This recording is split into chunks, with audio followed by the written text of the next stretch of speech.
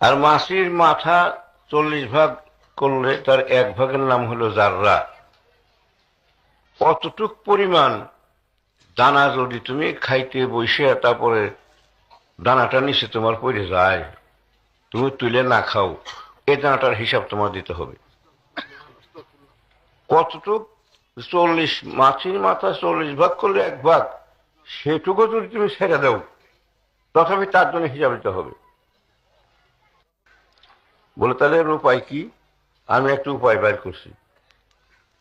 এই কথা পড়ে এসে আমার চিন্তা হলো যে থো ফালাইয়া আবার যদি খানার কিছু থাকে বা কাম নাই, পানি দেও, পানি দিয়ে তার হাতের এগুলো পরিষ্কার ধুয়ে বাসনটা ধুয়ে একবার খাই, কোনো কোনো সময় 2বার 3বারও ধুয়ে খাই।